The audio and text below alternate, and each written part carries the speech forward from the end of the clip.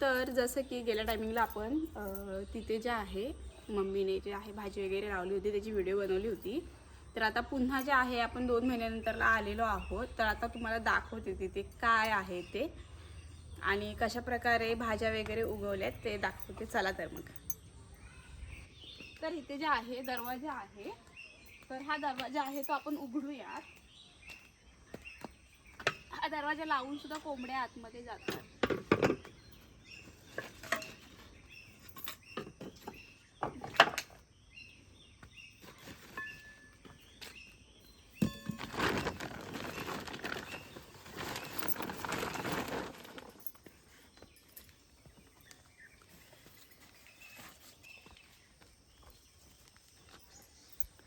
तर आता जे आहे मी तुम्हाला दाखवते इथे काय काय आहे ते. तर जसं की तुम्ही बघू शकता गेल्या व्हिडिओमध्ये कसं होतं, एकदम छोटी छोटी रोपं होती आणि आता जे आहे ते पूर्ण भरलंय, एकदम गच्च झालेलं आहे. जी कोथिंबीर होती त्याला सुद्धा धने आलेले आहेत, ते पण तुम्हाला मी दाखवते. आणि जे टोमॅटो आहेत ते पण तुम्ही बघू शकता इथे कसले टोमॅटो झालेत, बरेच काढलेले पण आहेत टोमॅटो. तर मी जे आहे तुम्हाला आता दाखवते. इथे जे आहे टोमॅटो जे आहेत बघू शकता, मस्तपैकी असे टोमॅटो झालेले आहेत, छान असे बघू शकता.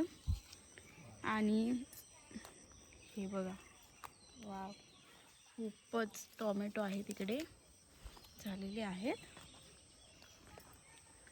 हे बघा, सर्वीकडे सध्या तरी टोमॅटोच टोमॅटो आहेत. इथे जे पिकलेले टोमॅटो आहेत आणि हे जे आहेत मिरचीची रोपं आहेत. तसं बघायला गेलं तर सर्वीकडे सध्या तरी टोमॅटोच टोमॅटो आहेत. इतर भाज्या म्हणजे बघायला गेलो आपण तर इथे वाल आहेत. तर सर्वीकडेच हिरवळ असल्यामुळे प्रॉपर असे तुम्हाला दिसणार नाही सर्वीकडचे, दाखवतोय व्हिडिओमध्ये. तर इथे जे सचिन अंकल दारातली जांभीची बोंडा दाखवला ना, आई म्हणा इतक्या जांभी झाले नाही काय म्हणतो. आणि झाडावर नरला तरी झालं, एका घडात असा लागलेला दाखवला. हा कोणाला येऊन सांगते आई नाही काय म्हणतो जांभी. दादा व्हिडिओ तेवढा टाकला ना जांभीच्या घडाचा. काय काय आता तू सांगू. तर इथे जे आहेत हे वाल आहेत.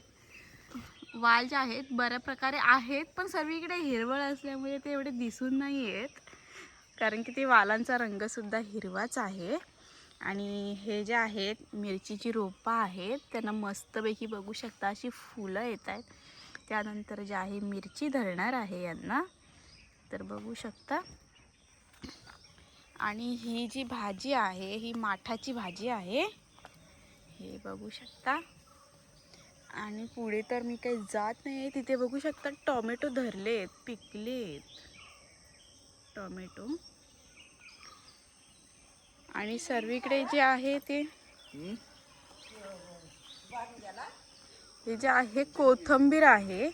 ही जी झाडं आहेत तुम्हाला पडलेली दिसत आहेत, हे कोथिंबीरची मोठी मोठी झाडं होऊन त्यांना जे आहेत बघू शकता धने धरलेले आहेत. हे बघू शकता